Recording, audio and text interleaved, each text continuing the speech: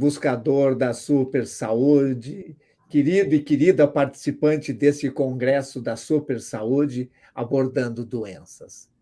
Nós estamos vendo que é possível curar doenças. Quando a gente fala em cura, está bem claro que trata-se de remissão completa, ou seja, diminuir a doença até o ponto de não precisar mais tomar medicamentos. Hoje, nós temos o prazer de estar aqui com vocês com o professor Rogério Leite, professor de cirurgia da Universidade Federal de Mato Grosso, que vai falar sobre tireoidite de Hashimoto. Claro que nós vamos expandir um pouquinho mais sobre as doenças da tireoide, outras talvez, mas o foco mesmo é tireoidite de Hashimoto. Tem cura? Obrigado, Rogério, pela tua participação, pela gentileza de compartilhar teus conhecimentos conosco. Tá, obrigado pelo convite, eu fico extremamente lisonjeado de participar do teu canal, da tua audiência, que é uma audiência muito bem instruída pelo seu conteúdo, né? E a gente vai falar um pouquinho sobre a tireoidite. A tireoidite de Hashimoto é uma doença, na verdade, foi a primeira doença autoimune a ser reconhecida pela medicina, em 1952, e ela foi descrita por um médico japonês, Hakaru Hashimoto, e ele descreveu 4 casos onde existia um processo inflamatório autoimune da tireoide. Ele descreveu isso aí e, posteriormente, foi reconhecido como uma doença diferenciada das outras que se conhecia na época. Qual que é a característica principal dessa doença? A característica principal é que ocorre um ataque do próprio sistema imunológico, a tireoide, e destrói a tireoide, com o passar do tempo, às vezes muitos anos. E a consequência disso é que a pessoa desenvolve hipotireoidismo, uma situação onde falta o hormônio da tireoide. E a partir daí, né, a gente sabe da série de problemas que existem. Moleza, cansaço, desânimo, dificuldade de perda de peso, alterações metabólicas diversas. E assim, de uma forma geral, nós que somos médicos tradicionais, sempre abordamos a tireoidite depois que o problema aconteceu. Ou seja, depois que já existe o hipotireoidismo. E a tireoidite existe várias fases, né? A primeira fase é você ter a predisposição genética e não tem nada, não tem alteração nenhuma. A segunda fase, você já começa a alterar os anticorpos que atacam a tireoide. Você dosa lá no sangue e está alterado. Na terceira fase, você já começa a ter hipotireoidismo, a falência da tireoide. Aí, a maioria das vezes, é que entra o pessoal que dá o hormônio tireoidiano para repor. E a quarta fase é quando a gente já começa a ter outras doenças autoimunes. Um lúpus, uma artrite reumatoide, uma psoríase, que a base é sempre a mesma. Qual que é o problema? O problema é que, às vezes, o nosso paciente fica anos e anos e anos e anos sofrendo da doença sem nenhum tipo de abordagem, sem nenhum tipo de tratamento. Porque ele começa a tratar quando ele começa a fazer reposição do hormônio. E mais um outro problema. A reposição do hormônio trata o quê? O hipotireoidismo, que é a deficiência do hormônio, mas não trata a tireoidite, que continua evoluindo, apesar da tireoide estar dos hormônios controlados. Aí a gente tem, às vezes, no consultório, aquela situação em que o paciente estava muito ruim, aí ele entrou com o hormônio tireoidiano, ele melhorou, mas não está bom ainda. Ele está percebendo que o sintoma não melhorou, ele ainda não dorme bem, ele ainda não tem atividade adequada, ele não tem ânimo ainda para nada, ele ainda tem um monte de coisa. E aí, qual que é o problema que a gente faz, nós médicos, fazemos com o paciente? A gente acaba culpando ele, mas está tudo certo, os exames estão bons, por que você não melhora? Né? Na verdade, ele não melhora porque foi abordado apenas um aspecto do problema, que é o hipotireoidismo. E a tireoidite fica aí indefinidamente sem tratamento. Como é que a pessoa começa a desenvolver essa agressão, essa autoagressão para a tireoide? Por que isso acontece em algumas pessoas e não acontece em outras? E se tem uma predisposição genética, como tu falou, como é que essa pessoa que tem a predisposição genética pode evitar de ter a tireoidite de Hashimoto? Bom, o que tem de mais, assim, a medicina nós sabemos que ela demora muitos anos para poder, o conhecimento prático virar conhecimento lá para o nosso paciente, no consultório. Demora muitos anos. A gente tem histórias clássicas de conhecimento já documentado, provado. Eu vejo muito isso em relação ao câncer, onde alguém escuta na televisão, foi lançado um medicamento que pode curar o tal câncer. E aí, a pessoa acha que ele vai chegar amanhã no médico e o médico vai estar prescrevendo isso, vai dar tudo certo. E às vezes é uma pesquisa fase 2, fase 3, que vai demorar anos para chegar na prática clínica.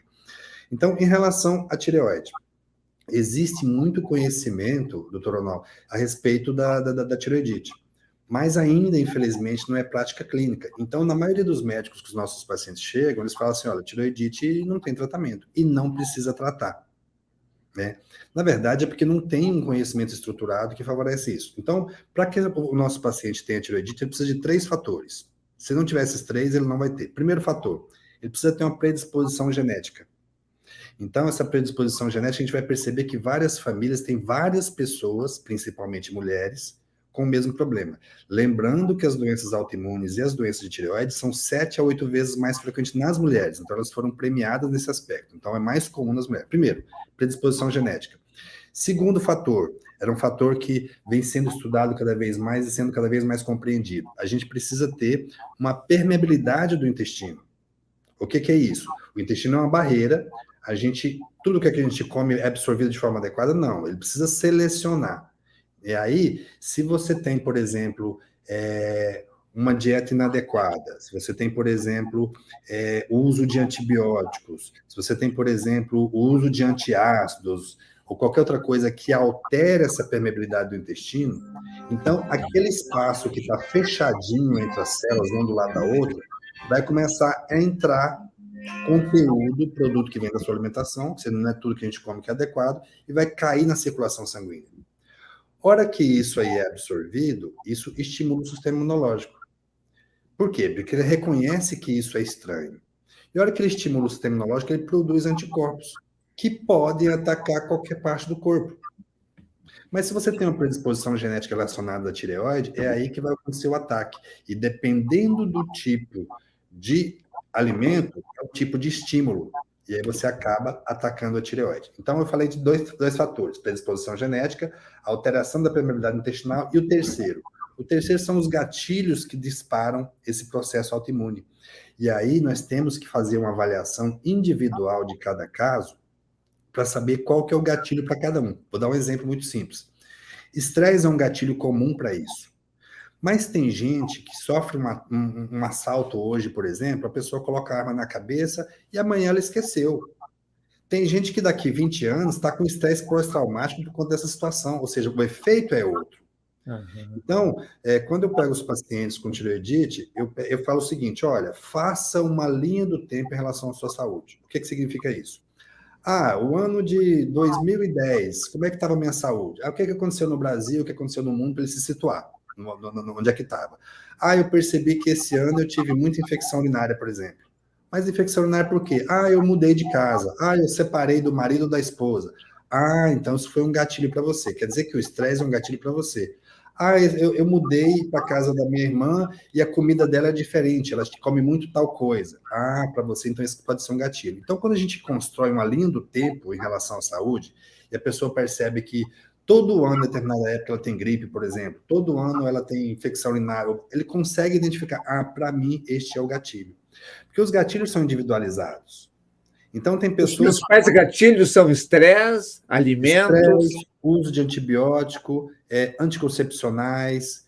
Só para ter um exemplo, periodontite, infecção gengival é um gatilho para muitas pessoas. Mais de 10 a 12% das pessoas, em algum momento, tem infecção gengival, e aquilo cria placas e vai levar a inflexão crônica, estímulo crônico do sistema imunológico, né? Tem mulheres, por exemplo, que usam anticoncepcionais a vida inteira e não tem, teoricamente, maiores problemas relacionados a isso. Mas tem outras que isso altera até mesmo a conversão tiroidiana do T4, que a tireoide produz, em T3, que é o que age. E a pessoa faz um hipotireoidismo químico, vamos assim dizer. A tireoide produz o hormônio adequadamente, mas não converte para o hormônio ativo. Ou converte, mas não acopla de forma adequada no receptor. Aí qual que é o problema? Você dosa os hormônios tireoidianos e a produção está normal, e o paciente tem sintoma como se tivesse hipotireoidismo. Mas como é que você explica isso? Porque existe basicamente 4 pontos que podem ser falhos quando você tem um hipotireoidismo. A produção, ele pode produzir pouco hormônio. O transporte, ele pode ter o transporte inadequado. O acoplamento deste hormônio ao receptor. Se ele tiver outra estrutura que foi lá e ocupou o seu receptor, que o hormônio chega e não tem onde acoplar, é a questão da chave fechadura. E depois que acopla, ele tem que deflagrar a resposta dentro da célula. Qualquer uma falha desses produtos, dessas alterações, pode dar. Vou dar um outro exemplo que acontece com o estresse. A tireoide produz 80% da produção hormonal é o T4, mas o T4 não é o hormônio. O T4 é o pró-hormônio. Como é que eu sei que o T4 é o pró-hormônio? Não tem receptor para o T4, tem receptor para o T3. Então, o T4 é produzido, 80% T4, 20% T3 na tireoide, ele começa a circular e o T4 vai ser convertido em T3. O T3 é que chega no receptor, acopla e age. Só que se você tiver um cortisol elevado por conta do estresse, você atrapalha a produção a transformação do T4 em T3. Aí você vai lá, o paciente está com sintoma de hipotireoidismo, você dosa o T4, por exemplo, está tudo normal, e aí parece que não é nada disso, né? Então, o transporte também do T4, do hormônio tireoidiano, é afetado pelo estresse. Por quê? Na situação de estresse, você aumenta muito a produção de cortisol, e essa produção de cortisol vai ser transportada.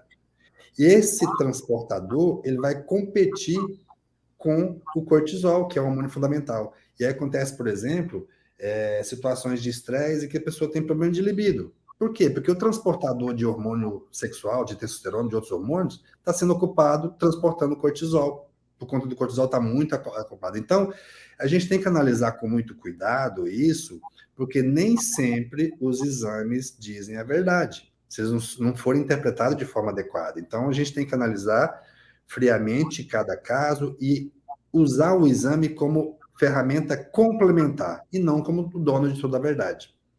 Perfeito. Você tocou num ponto que eu quero reforçar esse ponto. O indivíduo ele vai construindo gradativamente, através do seu estilo de vida inadequado, uma tireoidite ou um hipotireoidismo. Certo. E daí ele tem o diagnóstico e o médico prescreve lá o seu hormônio, o famoso Puran ou qualquer outro medicamento. Uhum. E diz para ele que terá de tomar remédios para a vida toda, o que não é bem verdade. E ele continua tomando remédios, e daí você falou, há uma possibilidade, e eu acredito até que a possibilidade seja grande, de aparecerem novas doenças autoimunes, mesmo mesmo se tratando para tireoidite. É isso, né? Reforça um pouquinho esse conceito. Porque o que acontece é o seguinte, ocorre um chamado mimetismo molecular. O que significa isso? Imagine que a pessoa tem uma ingestão muito grande de glúten. E eu sempre falo para os pacientes, o pão que você come não é o pão que Cristo comeu, porque se fosse o mesmo pão, ele tinha distribuído outra coisa, não tinha distribuído pão, não. A carga de glúten no pão de hoje aumentou brutalmente, 400%, 500% em relação aos últimos 50 anos. Então, imagine que a pessoa ingere ele tem predisposição genética, ele tem uma alteração da permeabilidade do intestino e gera grande quantidade de glúten. Este glúten, essa molécula quebrada, ela é muito parecida com a molécula da tireoide, né? Lá da composição da tireoide. Então, quando o sistema imunológico ataca essa molécula que veio de fora, ataca a tireoide por tabela. Mas imagine que ele tem uma sensibilidade a um outro alimento, e que tem outro tipo de proteína, e que, de repente, essa proteína é parecida com a proteína que está lá no músculo. E a pessoa come e tem fibromialgia, por exemplo. E aí nós temos 3 conceitos, que aí o senhor entende muito bem, que é muito fácil das pessoas entenderem. Um não é. Primeiro conceito é de alergia alimentar. A pessoa comeu um camarão, pipoca tudo, daqui a pouco tem edema de glote e tem insuficiência respiratória. E tem alergia. É fácil identificar. A pessoa tem um segundo conceito, que é o conceito de intolerância alimentar. Ele toma leite, por exemplo, e daqui a pouco ele tem diarreia. Fala assim, não, eu sou intolerante a leite, eu não posso. Mas tem um terceiro conceito, que é um conceito muito pouco conhecido, difundido, até mesmo por alguns médicos, que é o conceito de hipersensibilidade alimentar.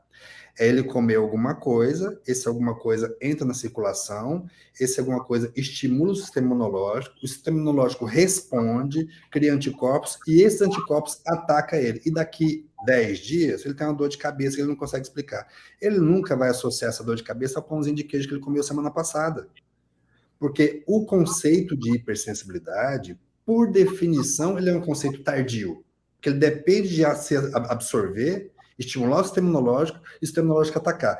Então, o que o sistema imunológico vai atacar? Depende do que você comeu. O que você comeu parece com o quê para o sistema imunológico atacar? Você pode ter uma artrite reumatoide, porque está atacando a articulação, você pode ter um lúpus, você pode ter uma psoríase, porque está atacando a pele, porque tudo é proteína. Nosso cabelo é proteína, a pele, o fígado, a tireoide, o músculo, é tudo proteína. E aí, esse mimetismo, essa semelhança, é que vai definir o tiro errado que o seu sistema imunológico está dando em cima do seu corpo. É por isso que tratar apenas o hipotireoidismo dando hormônio não resolve o problema. Resolve o hipotireoidismo, mas é um pedacinho pequeno no meio desse monte de sintomas. E aí nossos pacientes são muito injustiçados, porque as pessoas, e até mesmo alguns colegas, me falam, não, você está inventando sintoma, porque você está falando que está sentindo. Eu fiz o diagnóstico, está corrigido, o seu exame melhorou, está aqui, ó, o seu hormônio tireoidiano, e você não melhora? O que está acontecendo? Então, eles são incompreendidos por conta disso, porque, assim, ocorre muitos sintomas e que não consegue explicar. Então, eu reforço, a gente realmente tem que ter cuidado nessa questão dos exames. Estou adorando conversar contigo, está bem didático, tenho certeza que os nossos participantes estão adorando. Então, nós temos, assim, dois conceitos muito fortes que você manifestou. O primeiro, que é possível buscar um estilo de vida para nunca ficar doente, nunca ter tireoidite. Segundo, se teve tireoidite e não fizer nada, vai ter outras coisas, vai piorar as coisas. E agora vamos para o terceiro passo. Infelizmente, um participante, um paciente tem uma tireoidite e quer ter uma remissão completa dessa tireoidite. O que ele tem que fazer? Bom, vamos entender a situação como um todo. Primeiro, vamos entender as fases da tireoidite, né?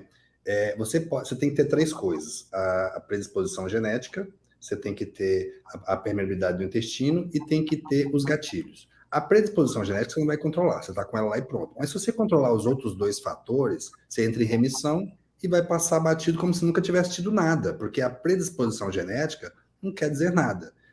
Eu falo isso muito para meus pacientes com câncer, que é a seguinte situação. A gente sabe que o sol é um fator de risco para câncer de pele. Sabemos. E sabemos que o albino, por exemplo, que não tem pigmentação na pele, tem muito mais tendência a ter câncer de pele. Mas se ele for albino e não for exposto ao sol, é possível que ele fique albino a vida inteira e, de repente, não desenvolva um câncer. É a mesma coisa que a tireoidite. O fato de ter a predisposição genética, mas você controla a permeabilidade. Como é que controla a permeabilidade? Você controla com alimentação. E você controla os gatilhos. Como é que controla os gatilhos? Identificando e eliminando, você pode passar a vida inteira com a tireoidite de Hashimoto curada. Curada, que eu digo do ponto de vista de remissão. Tá lá. Você desalinha para ver. Vai desalinhar e vai ter problemas, mas pode acontecer. Então, o que a gente precisa fazer é controlar os fatores que são possíveis de controlar. E aí tem outra coisa importante, que as pessoas perguntam muito. Mas eu estou tomando hormônio da tireoide. Se eu tratar a tireoidite, eu vou conseguir parar de tomar? Não dá para saber. Por que não dá para saber? Quando a tireoide produz hormônio, tá lá um monte de hormônio dentro da tireoide e ocorre um ataque autoimune em cima da tireoide.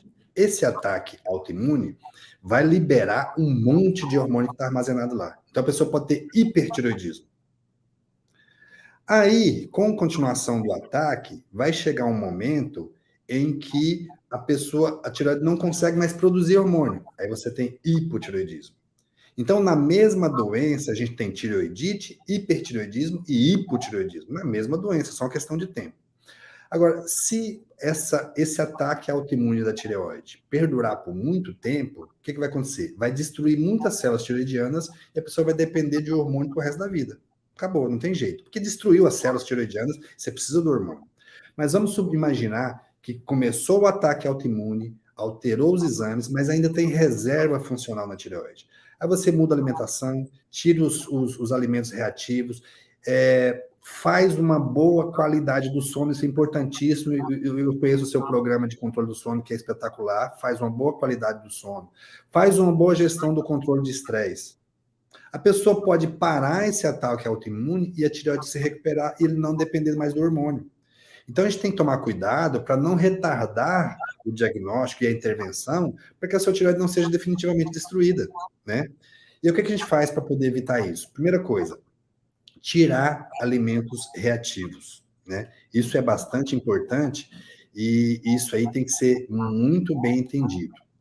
Segunda coisa, a gente tem que nutrir o corpo.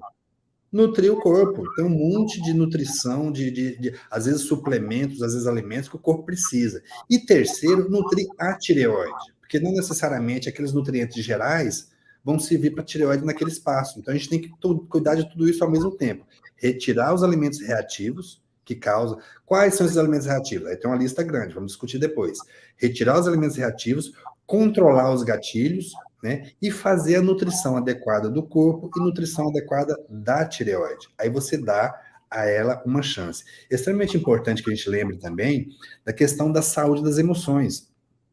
O sujeito emocionalmente alterado e instável, onde ele não entende as emoções, onde ele tem sistema de autossabotagem, onde ele não faz as pazes com o passado, onde ele não tem autoconhecimento, onde ele não tem relações familiares saudáveis, onde a qualidade de vida está ruim, essas pessoas têm muito mais chance de perdurar esse problema e não conseguir resolver. Então, tem que cuidar também da saúde das emoções. Isso é fundamental para que você tenha o bom resultado. Então, o objetivo do tratamento é o quê? Curar a permeabilidade intestinal, fornecer nutrientes para a recuperação e controlar os gatilhos que vão fazer disparar esse processo. A gente vai ter que reconhecer o problema, fazer uma proposta de dieta adequada, e eu divido geralmente esse tratamento, já está evoluindo para a discussão do tratamento, em 4 fases, para poder ficar mais didático e ficar fácil de entender. A primeira fase, a gente entra com a dieta elementar. O que é uma dieta elementar? A gente vai tentar tirar o máximo de coisa possível que vão estimular esse sistema imune e o sistema digestivo, né? Porque o problema da tireoide começa onde? No intestino. Então, nós vamos ter que tratar isso. A gente começa com a dieta alimentar de forma que a gente deixa o intestino no maior repouso possível. Eu não estimulo muito a secreção gástrica, eu não estimulo muito a secreção do pâncreas, não estimulo muito a secreção do intestino. E aí, a gente consegue deixar esse repouso e dar uma cicatrização inicial. Isso é o jejum. Isso seria o jejum que está preconizando? Pode incluir o jejum, mas vai incluir alimentos que não precisam de esforço para absorção. Por exemplo, vou dar um exemplo. Caldo de osso, extremamente nutritivo e praticamente não precisa nada de absorção, para absorção. É um exemplo, né? Então, a gente vai fazer isso durante uma semana. Aí dá aquele choque. É como se fosse um jejum, mas tem um monte de nutriente aí. Passou uma semana, a gente passa para uma dieta que foca na saúde do fígado. Mas por que? Se o problema está no intestino, na tireoide, eu estou focando em saúde do fígado. Muito simples. É pelo fígado e passa todos os processos metabólicos. Sabe aquela pessoa que tudo que ingere faz mal? Até um suplemento que é bom, ele se sente mal, porque ele não tem a via metabólica do fígado adequadamente tratada. Então a gente precisa, às vezes, suplementar com N-acetilcisteína, às vezes suplementos para isso, e uma dieta focada na saúde do fígado. Não dá para a gente dar muito detalhes, porque tem muita coisa envolvida. Mas é só para entender a estrutura. Nós ficamos nessa dieta por mais 2 semanas. Estamos com 3 semanas de tratamento. Depois disso, a gente passa para uma dieta focada nas adrenais. Olha só como é que isso é interessante. Uma das coisas que acontece com os pacientes com tireoidite é aquela questão do cansaço crônico. E as adrenais, ou glândulas suprarrenais, elas têm uma íntima relação com a tireoide. Elas participam ativamente no metabolismo. E às vezes você repõe o hormônio, a pessoa dá aquela arrancada inicial e não aguenta manter o bom resultado. Ele despenca. Por quê? Porque não tem tratamento das adrenais. Então a gente precisa de vitamina C, a gente precisa de adaptógenos, a gente precisa de retirar os alimentos que atacam as adrenais e precisa de uma coisa fundamental nessa fase do tratamento: descansar. Nós temos um grande problema na nossa sociedade moderna que a gente não consegue descansar. Todo mundo é solicitado a trocar o pneu do carro a 200 km por hora.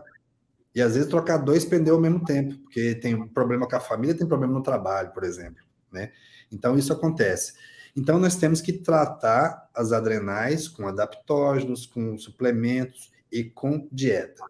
Aí eu não posso ter, por exemplo, pimenta na dieta, que é um estimulante, eu não posso ter uma série de coisas relacionadas à alimentação que podem prejudicar isso aí. A gente gasta, uma das coisas responsáveis pelo cansaço crônico é o processo digestório. né? Se você tem hiperglicemia, ou não tem um controle adequado da glicemia, você tem uma insulina elevada, você vai ter um cansaço muito grande, porque o processo de digerir esse monte de alimento pesado é trabalhoso e dispendioso do ponto de vista de energia para o corpo. Então, às vezes, as pessoas comem uma feijoada e só quer deitar, mas porque dá trabalho esse processo. Então, a gente tem que maneirar na dieta nesse sentido de relaxar, de descansar. E depois de 4 semanas na fase 3, a gente entra no tratamento do intestino. Mas para aí, eu acabei de falar que o problema da tireoide começa no intestino. Eu deixo o intestino por último, mas é justamente para poder ganhar tempo, porque se eu trato direto o intestino, a gente depois só tem aquela arrancada e não consegue manter. Então o intestino fica por último, e a gente vai discutir probióticos, prebióticos, glutamina, e a dieta focada nessa parte. Só depois disso é que a gente avalia a resposta em cima dos hormônios, dos anticorpos da tireoide. Ou seja, teve diminuição de anticorpos antitireoglobulina, teve redução do anti-TPO, aí que a gente avalia depois desse ciclo inicial, que vai demorar aí o quê? Uns 5, 6 semanas, talvez mais. Não, dá mais que isso, dá 5 meses, para poder correr isso aí. Você falou que existem nutrientes que são importantes para todo o corpo, mas existem nutrientes importantes para a tireoide. E da mesma forma, deve existir também suplementos importantes específicos para a tireoide. Fala um pouquinho desse tema. Bom, em relação aos suplementos, as pessoas sempre se preocupam muito com o iodo, né? E aí nós temos uma coisa que a gente tem que desmistificar, essa questão do iodo, é que iodo é importante, assim como água. Mas se for muito, é ruim. E se for pouco, é ruim. Água, se for muito, afoga. Se for pouco, morre de sede. Tem que ter uma medida adequada. Então, a gente tem que entender que mais não necessariamente é melhor. Quando a gente tem deficiência de iodo, você tem uma tendência a ter bócio. E quando você tem um excesso de iodo, você tem uma tendência a ter tireoidite. Hoje em dia, uma das causas muito importantes de tireoidite é o excesso de iodo. Então, se a gente dá um iodo em grande quantidade, isso pode ser importante para a saúde da mama, isso pode ser importante para ovários policísticos, pode ser importante para uma série de coisas, desde que a pessoa não tenha predisposição para tireoidite. Se ela tiver, e tiver um gatilho não controlado, se ela tiver uma estrutura psicológica não muito bem adequada, esse excesso de iodo pode provocar tireoidite. Então, iodo na medida certa. Uma coisa importante também que a gente tem que falar em relação a suplementos é a vitamina D. A vitamina D é extremamente importante, tanto na atividade do hormônio na periferia de todo o corpo, todas as células do organismo têm receptores para hormônio tireoidiano e para vitamina D, todas, só para esses dois, né? Alguns têm, mas é muito importante também na conversão hormonal, do T4 em T3. Então, vitamina D é um suplemento importantíssimo. E outro suplemento importantíssimo é o selênio. Por falar, fica um pouquinho na vitamina D, qual é a indicação de níveis ideais de vitamina D que tu dá para os teus pacientes? Acima de 50. Tá? Acima de 50. Por que acima de 50? Os estudos mostram que a vitamina D acima de 50 previne uma série de doenças, inclusive alguns tipos de câncer. Existem estudos mostrando prevenção de câncer de mama, prevenção de câncer de intestino, prevenção de câncer de ovário. Então, se o ideal é estar acima de 50, por que eu vou considerar o adequado que os laboratórios falam de 20 a 30? Né? Não tem sentido. Então, se o melhor está acima de 50, eu tenho que considerar que o normal é acima de 50. Qualquer coisa abaixo disso, eu estou considerando que é anormal. Perfeito. Isso aí tem interpretações diferentes, não é na unanimidade, não. Mas assim, tem alguns estudos até que dizem assim, que o ideal do ideal mesmo, que os estudiosos querem para si mesmo, é em torno de 60 a 80. Exato. Né? A gente considera mínimo porque eu tenho até uma certa preocupação de falar da vitamina D, porque a gente encontra colegas que, nossa, combate isso absurdamente. Tem um medo da vitamina D como se fosse, sei lá o quê, Coca-Cola. Não, Coca-Cola não tem tanto medo assim, não. Como se fosse um veneno qualquer. Outro veneno, né? Mas vamos adiantar, tu ia falar do selênio, te interrompi. Não, do selênio. O selênio, assim, os estudos mostram que você consegue reduzir em até 50% os níveis de anticorpos antitireoide com uso prolongado de selênio, acima de 6 meses. Então, quando a gente vai repor selênio para poder fazer o tratamento da tireoidite, a gente tem que pensar que é um período mínimo de 6 meses. E aí tem alguns detalhes que a gente tem que prestar atenção. Primeiro, por que o selênio é importante? Quando o iodo é captado da alimentação, a tireoide converte o iodeto em iodo ativo. Esse iodo ativo vai juntar com várias substâncias e vai juntar com a tirosina para formar o iodo, o hormônio tiroidiano. Aí tem a monoiodotirosina, diiodo, triiodotironina, que é o T3, e tetraiodo ou tiroxina, que é o T4. Então, o iodo é importante para isso. Só que quando ocorre esse metabolismo do iodo, ocorre a formação de peróxido de hidrogênio. E o peróxido de hidrogênio, ele é uma substância irritante e faz fibrose da tireoide. O que o selênio faz? O selênio bloqueia essa ação oxidativa do peróxido de hidrogênio, formado pela formação de iodo. Então, se você tem um selênio baixo, e principalmente se você usa muito iodo sem o selênio, você vai ter uma chance maior de ter fibrose por conta dessa atividade inflamatória da tireoide estar mais aumentada. Então, o selênio bloqueia isso. Que dose? Vai ser aí uns 150, vai depender, de uma forma geral. A dose de iodo adequada, em torno de 150 microgramas por dia. Para grávidas, pode subir para 220, para latentes, 290, 300 microgramas. Então, a gente não precisa de doses muito altas. E o selênio, a gente tem que ter um cuidado. Tem gente que fala bem assim, olha, mas eu não preciso do suplemento porque eu como castanha. Beleza, a castanha é muito bom, mas nós temos que tomar um cuidado, que é o seguinte, da onde que saiu o selênio que está dentro da castanha? Ela saiu do solo. Então, se você tiver um solo pobre em selênio, você vai ter uma castanha pobre em selênio. Então, a concentração de selênio na castanha pode variar até 10 vezes, de 50 a 500 ou 550 microgramas. Então, a gente tem que tomar muito cuidado, e é difícil a gente conseguir essa informação, de saber, será que aquele nível, que aquela castanha que eu estou comendo, tem um nível adequado de selênio que eu preciso? Então, a gente tem, assim, eu gosto muito dessa abordagem relacionada à alimentação, mas tem que ver se é suficiente, que às vezes não é, né? Então, esses são os principais. Mas a gente tem tem... cuidado com o selênio, porque selênio demais também faz mal, né? Faz mal. Tudo é complexo. Né? E outra coisa do selênio, geralmente, quando usa o selênio, o ideal é que use ele isolado ou associado à vitamina E, que melhora a absorção. E existe muito selênio que o pessoal usa junto com polivitamínicos, que as próprias presenças desse monte de polivitamínico atrapalham a absorção do selênio. Então ele tem uma dosinha ali. Pequena também nos ele tem uma dosinha pequenininha, e essa dosinha pequenininha fica perdida no meio dos outros e acaba não sendo absorvida. Então, é a pessoa que tem convicção que está fazendo tudo certo, mas não está tendo resultado, porque não aconteceu a absorção. É que nem quando usa hormônio tiroidiano. Um cuidado fundamental no hormônio tiroidiano, tem que tomar em jejum. Ah, mas só em jejum é suficiente? Não é suficiente. Você tem que tomar em jejum, tem que dar 30, 40 minutos para dar tempo de absorver.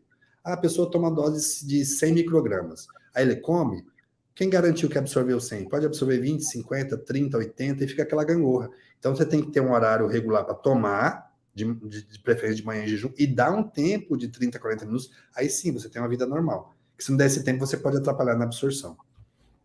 Tá maravilhosa. Nós já estamos aqui com 33 minutos, mas tem um tema que você aborda muito nos seus vídeos no YouTube, que é o nódulo de tireoide. E existe um sonho entre as pessoas que têm nódulo de tireoide, que ouviram falar que a autofagia poderia diminuir e até eliminar o nódulo de tireoide. Tem verdade científica nisso? Infelizmente não tem. Na verdade, os nódulos de tireoide, a gente não sabe muito sobre eles. A gente maneja o resultado. O que significa isso? O que causa os nódulos? Na prática mesmo, de verdade, é só teoria. A gente não tem uma prova. E aí, por conta disso, a gente não trata a causa. A gente fica manejando a consequência. E uma das principais consequências que a gente pensa quando se fala de nódulo tireoidiano é a seguinte pergunta: será que esse caroço vira câncer ou é câncer? É a principal pergunta. Porque, assim, a gente não sabe direito por que ele surge. Antigamente era muito mais fácil. Falar, não, isso aqui é deficiência de iodo. Mas, assim, acabou. Em 1920, o mundo começou a usar iodo no sal. Em 1954, o Brasil começou a usar iodo no sal. E aí, o surgimento dos bostos por deficiência de iodo despencaram. Aumentou a tireoidite, mas os bostos despencaram. Então, na prática, A gente não tem uma causa. E a gente pode ter lesões sólidas, nós podemos ter lesões císticas, que são puro líquido, e então pode ter as lesões mistas no meio disso, né? Então, a principal preocupação é quando você tem lesão sólida, e essa lesão sólida pode, estatisticamente, em 5% dos casos, se tratar de um câncer, né? Então, a gente tem até, dependendo da estatística que a gente usa, até 60% das pessoas da população geral, principalmente a população feminina, tem nódulo tireoidiano, né? E muitos deles ou não sabe, ou sabe e convive bem, eles não evoluem. Então, a gente acaba tratando o que sai da linha, que é aquele caso que, ou é um câncer, ou aquele caso que, sem explicação, ele começou a crescer e começa a ter sintomas compressivos, blá, blá, blá, essas coisas todas, né? Mas, de uma forma geral, a gente acaba tratando a consequência. Uma coisa interessante também em relação à tireoide que a gente não falou, em relação ao diagnóstico clínico de hipotireoidismo, né? Que é a teoria da medida de temperatura basal, né, que pode ser usado como uma referência para a gente não depender tanto dos laboratórios. Como é que começou isso? Na década de 70, existia um médico americano, Broda Otto Barnes, e ele fez diversos estudos, ele acreditava que a população americana ele tinha mais ou menos uns 40% de subdiagnóstico de hipotireoidismo. Vamos voltar para os nós daqui a pouquinho, só vou contar essa história. Achava que tinha subdiagnóstico de hipotireoidismo até 40% dos casos. Por quê? Qual que era a teoria dele? Como é que era o raciocínio? A tireoide, ela é responsável pelas atividades metabólicas do corpo. Então, todas as atividades metabólicas, elas geram calor. Então, em última análise, a tireoide é responsável pela manutenção da temperatura do corpo. Se você tem uma temperatura do corpo muito baixa, significa que a sua tireoide não está dando conta de produzir adequadamente essas reações metabólicas, você tem uma baixa temperatura. Então, ele chegou à conclusão, nos estudos dele, que tem muito combate em relação a isso, é que pessoas que tinham temperatura basal abaixo de 36,5 tinham uma forte correlação com o hipotireoidismo, mesmo com os hormônios tireoidianos normais, né? Então, ele usava essa avaliação da medida da temperatura basal para poder definir as pessoas que tinham um risco maior de hipotireoidismo. E aí a gente tem que tomar cuidado em relação ao diagnóstico de hipotireoidismo por conta dos exames laboratoriais. O que eu quero dizer com isso? Se você pegar um exame de TSH, que é o exame ultrassensível para avaliar a função tireoidiana, você vai ver que o normal é de 0,5 até 4,5, até 5, mais ou menos, na maioria dos laboratórios. Agora, vamos parar para pensar. Olha só, eu tenho um exame que 0,5 está normal. Se ele dobrar, ele vai para 1. Se ele quadriplicar, ele vai para 2. Se ele aumentar 8 vezes, ele vai para 4. O que eu quero dizer? Eu tenho um exame que ele pode aumentar ou diminuir 10 vezes e ainda está normal. Ou seja, a precisão desse exame é muito baixa. Então, pode ter pessoas que estão com TSH de 3, por exemplo, e ele está muito bem. Outra pessoa com TSH de 3 está com sintoma de hipotireoidismo, porque a faixa de normalidade é uma faixa muito grande. Então, a gente tem que tomar muito cuidado, nós médicos, com a interpretação do que é o exame normal, né? Então, quando a gente associa esses outros critérios, a gente melhora, refina esse diagnóstico. Vamos voltar para os nódulos. Então, os nódulos, de uma forma geral, a gente acaba sendo muito, infelizmente, muito expectante em relação a eles. Porque ou a gente aborda e opera, é meio de extremos, ou a gente acaba só acompanhando. Existe uma abordagem recente em relação aos nódulos que fica mais ou menos no meio. O que seria o ideal em relação aos nódulos? Você toma essa medicação aqui e ele desaparece. Isso não existe. Mas existe hoje uma outra abordagem que é a radiofrequência. Como é que é a radiofrequência? A gente identificou que um nódulo é um nódulo benigno, é uma técnica desenvolvida inicialmente na Tailândia, depois migrou para os Estados Unidos, a gente está fazendo já. E aí você localiza esse nódulo com ultrassom, entra com uma agulha de radiofrequência, com uma agulha especial que leva a uma alta temperatura e faz uma fulguração desse nódulo. Você frita ele, entre aspas, por dentro. E aí esse nódulo, com o tempo, vai diminuindo, diminuindo, diminuindo. Como essas células alteradas que formam o nódulo, está lá dentro, foram queimadas, ele para de crescer. Então a gente consegue, num paciente ambulatorial, sem internar, sem operar, resolver o problema. Porque olha só que dó que dá. Você tem um paciente que tem nódulos da tireoide, nódulo grande, mas a tireoide está funcionando normal. A gente vai lá, opera, tira a tireoide e transforma ele em alguém que vai usar o hormônio pro resto da vida, porque ele desenvolve hipotireoidismo, né? Então, você pega um órgão que está todo É um carro velho, está todo amassado, mas está andando bem. E aí tira isso aí e é obrigado a tomar hormônio. Então, quando a gente faz uma radiofrequência, a gente deixa a tireoide lá e muitas vezes esse nódulo não evolui mais e consegue evoluir sem cirurgia. Eu sou um otimista por natureza, acho que mais que otimista, eu sou um sonhador. Eu fico imaginando um indivíduo que tem um hábito de vida errado, detectou um nódulo de tireoide, uma série de outros problemas, e começou a resolver melhorar seu hábito de vida. Começou a melhorar a alimentação, controlar o estresse, dormir melhor, usar suplemento em alguns casos, fazer exercícios com bastante intensidade, aumentar a capacidade cardiovascular respiratória, aumentar a força muscular. Tudo isso, fazer jejum intermitente, jejum mais prolongado, tudo isso poderia, em alguns casos, diminuir o tamanho do nódulo e até eliminar o nódulo, ou não há esperança? Olha, eu acho que sempre tem esperança. E assim, existe tanta inteligência no corpo que a gente tem que apostar nisso. Eu acho que, assim, como é uma doença multifatorial, e a gente não domina todos os fatores, é possível que esses nódulos em algumas pessoas sejam provocados por um conjunto de fatores que teoricamente podem ser controlados. Então, eu acredito que é possível, mas só não sabemos quem é que vai responder. Talvez Né? seja o nosso participante que esteja assistindo. É possível, é possível. Então, eu acho que tem que fazer. Independente de qualquer coisa, sempre vai ter lucro nessa abordagem, sempre vai ter benefício nessa abordagem. Então, independente de qualquer coisa, vale a pena. Brilhante, brilhante, Rogério. E agora eu quero concluir, como tenho concluído todas as aulas, com uma mensagem que brote do teu coração e que atinja o coração de todos esses participantes que estão nos assistindo. Bom, a mensagem que eu falo é o seguinte: a gente tem que priorizar algumas coisas na vida. Muitas vezes as pessoas priorizam a família, mas se não tem saúde, você não cuida da família. Prioriza o trabalho, mas se não tem saúde, você não tem como fazer um bom trabalho. Então, a primeira coisa, prioriza a saúde. Com a saúde, você constrói o resto. Então, qualquer movimento, qualquer força, qualquer direcionamento que você faça em relação à saúde é um direcionamento correto. E quando a gente fala em saúde, não significa ir na farmácia comprar remédio, não. Significa em viver bem, significa entender como é que seu corpo funciona, significa entender como é que as formas naturais podem te ajudar. Então, acho que a mensagem principal é: priorize a sua saúde. Beleza, beleza, muito obrigado. Obrigado a todos vocês, até a nossa próxima aula. E a ti, Rogério, um obrigado todo especial, um abraço especial pela tua gentileza em participar desse congresso. Obrigado, estou à disposição da sua audiência. Você tem um grupo muito coeso que te acompanha, com razão, pelos enormes conhecimentos que são passados nesse canal. E estou à disposição. Muito obrigado. Obrigado. Tchau, tchau.